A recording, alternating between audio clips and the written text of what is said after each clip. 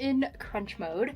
We are flying out tomorrow for a 2-week trip, and my plan for this trip with the knitting is to make a sweater. I've been looking at the wilderness sweater from Lincoln Nauman for so long, and if you watched last week's vlog, I actually went to a local yarn mill, and she raises the sheep, she spins the yarn, and then dyes it, and I bought enough to make this sweater, so I'm super excited. Lorraine is like a friend of mine as well, so it's kind of cool that I'm using this yarn for this sweater. I never make projects for myself, so this is a big undertaking. I'm not a sweater knitter usually. I've made one sweater in my entire life, so this will be a journey, but I'm excited to share it with you and document it. But I've got a lot to do. It's already, I think, 4 p.m. and we leave tomorrow morning super early for our flight.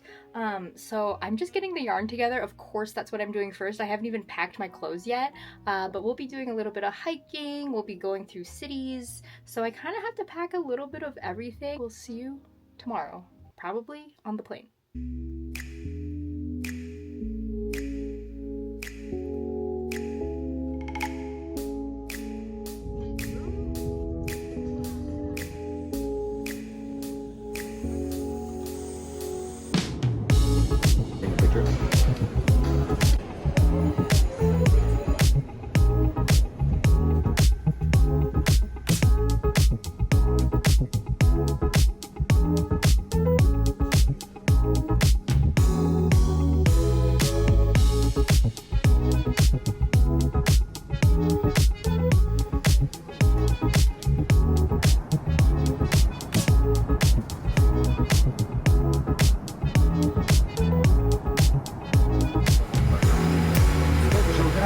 Okay, we've made it onto our this is our third leg of the flight. We're in New York right now, but just boarded. It's a huge plane, so it might take a second, but I just wanted to show you the progress I've made on the sweater so far. I don't know how much knitting I'm going to do on this leg, because technically it's in red eye, and we arrive in Brussels at like 7:45 in the morning, so I'm going to try to sleep, but I'm usually a night owl, so I don't know if I can go to bed anyway, but I'm excited at how much progress I'm making, but so much for taking us on a sweater journey throughout the trip.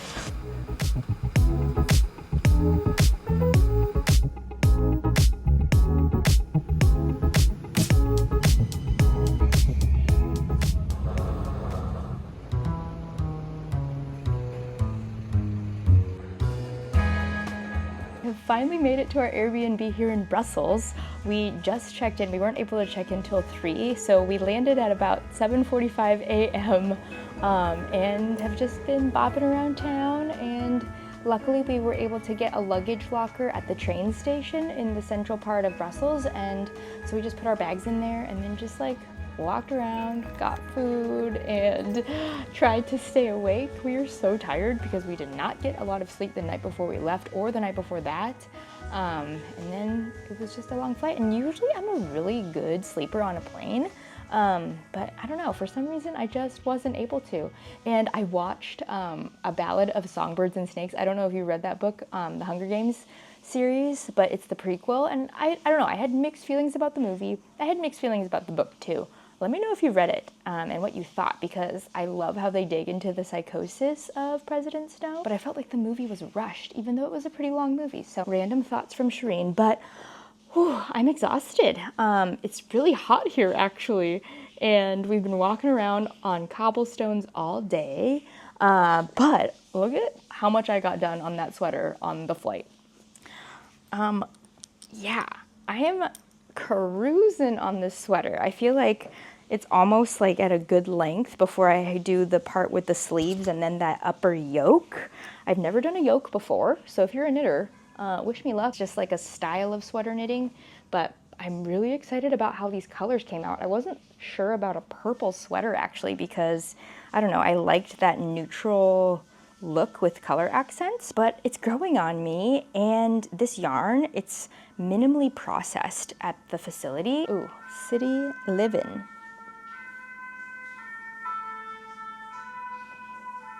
It's funny, you kind of forget how loud cities can be. But yeah, so the yarn, it's minimally processed wool, and it is from Lorraine, my friend at Yampa Valley Fiberworks. So it's cool. It's almost like a reminder for me, like how close to the actual process this sweater is going to be. So it's going to be really special, and I'm really excited. Now that we're in Brussels, I'm not going to spend as much time knitting. I had a lot of knitting time on the plane, but now in my mind, I'm like, in a week we'll be going to Scotland. So it would be really cool to be able to wear the sweater there. I mean, I won't have it blocked or anything, but at least I can have it put together. Who knows? We'll see. But yeah, day one in Brussels. I'm gonna take a shower and I will talk to you later.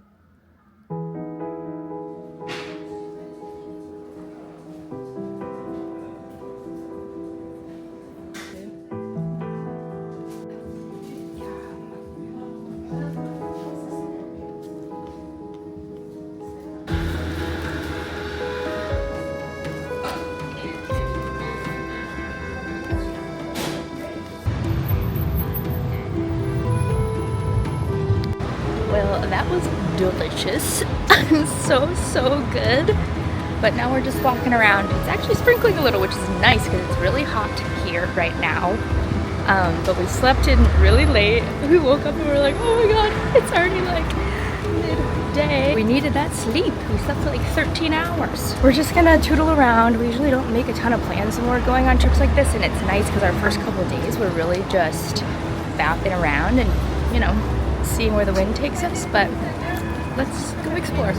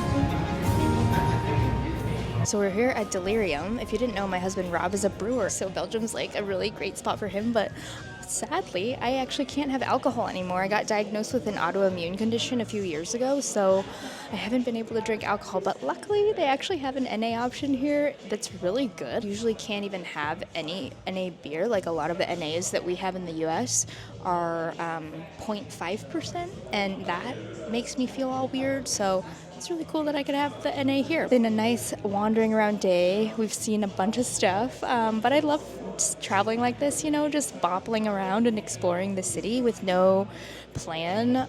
So we have a few days like this.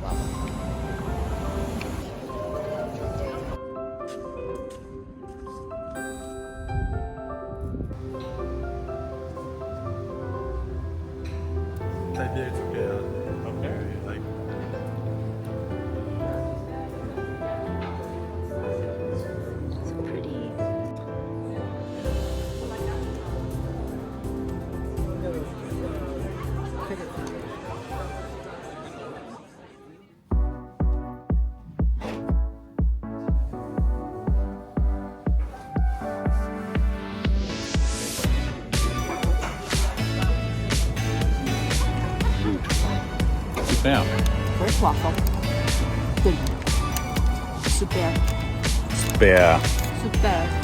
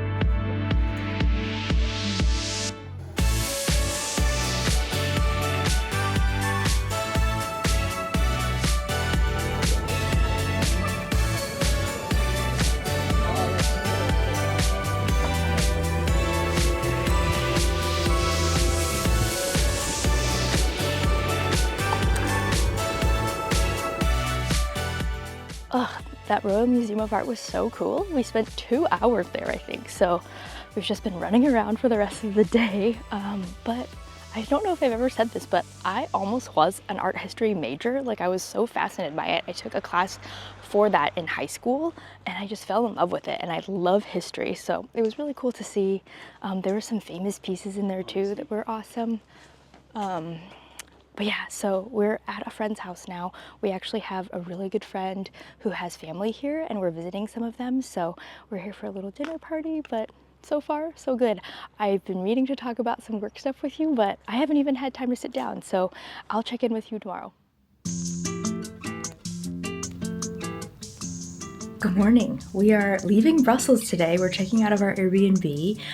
We are actually headed to Ghent and then up to the seaside. So our buddy that I was telling you about that we're here visiting with him and his family, they do like a big seaside gathering every year. So he invited us to go. So it's going to be really exciting to just hang out and do the Belgian thing. And it's been great. And we've seen a lot of cool stuff. It's just so cool what art can tell you about a culture or about a time period, and I always love seeing the art. And then we went to the Magritte exhibit as well, which was like surrealist art, and that is not usually my, like, I'm not drawn to surrealist art, but I can really appreciate it because there's so much story in that and like narrative and imagination. But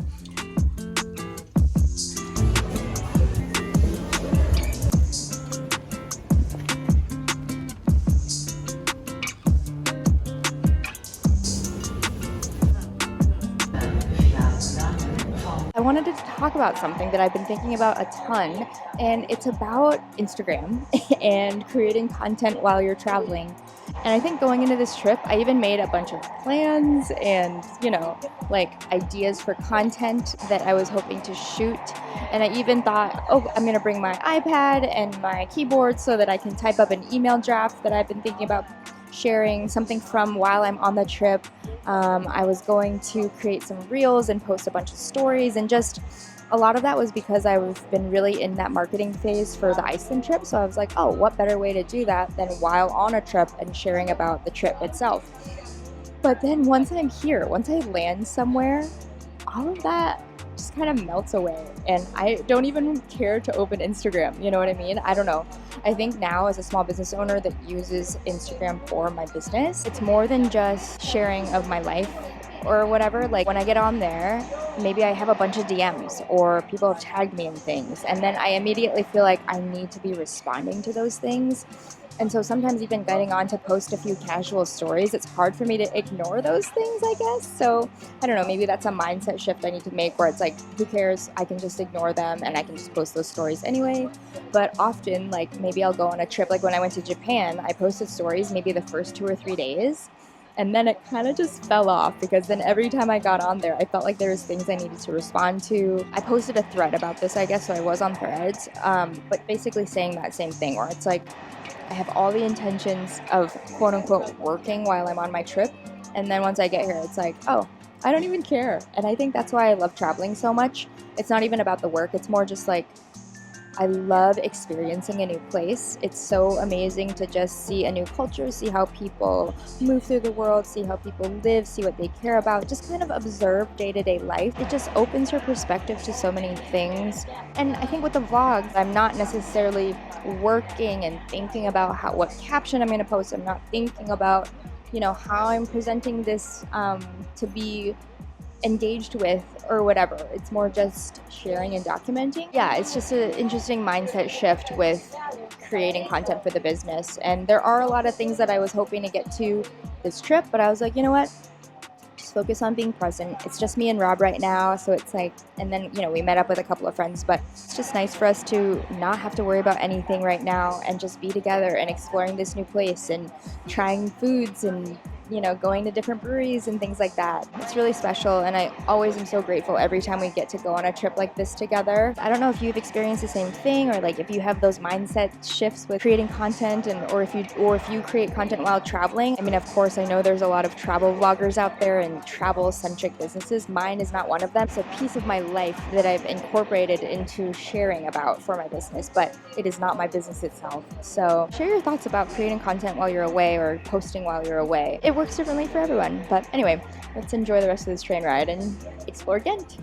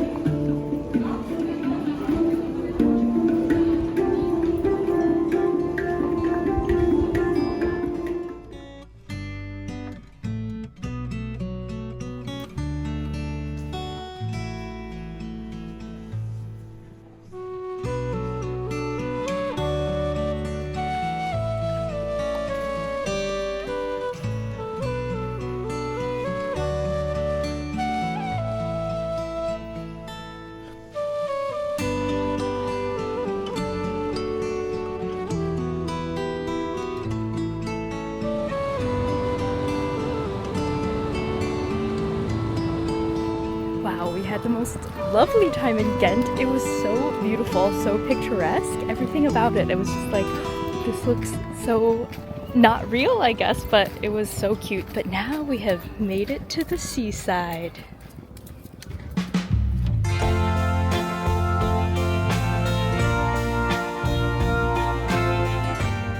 We're here with my friend's family. and they are having a big family reunion. There's about 60 people, I think, in total, but they have 20 cousins, and they're all super, super close. So it's been fun kind of just being along for the ride and experiencing this very Belgian seaside time with the family, but we're having a little bit of a siesta right now, so I'm just here. I'm on the sleeves now, so I've just gotten to the sleeve part of my sweater, and then I'm watching some gymnastics because I've been missing a lot of the Olympics, and there's been so much awesome buzz, and I've been trying to get to watching the women's rugby game because if you didn't know, I play rugby, so it's been super, super exciting, and I've heard all about it. But anyway, just thought I'd pop on because we're having a quiet siesta, and then there's gonna be more family time over the next couple of days.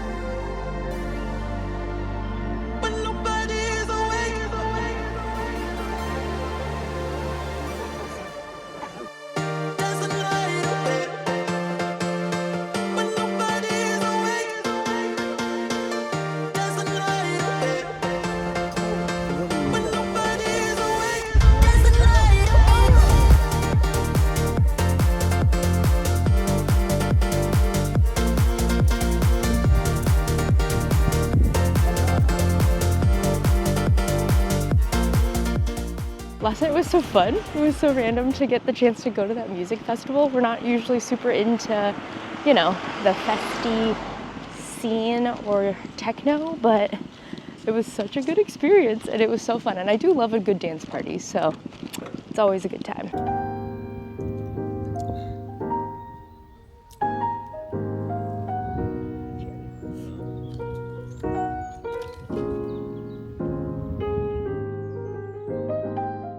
Our visit to Belgium was so special.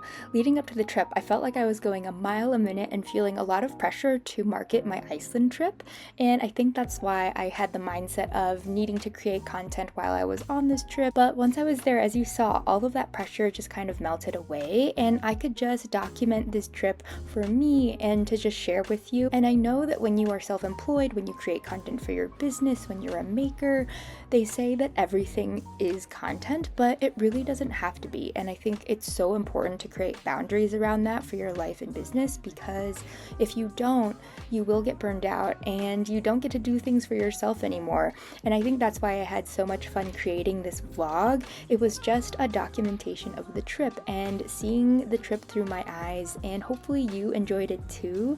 But next week we are heading to Scotland, and that part of the trip was so special as well. So I know this is different from my usual vlogs, but thank you so much for watching, and I will see you in the next video.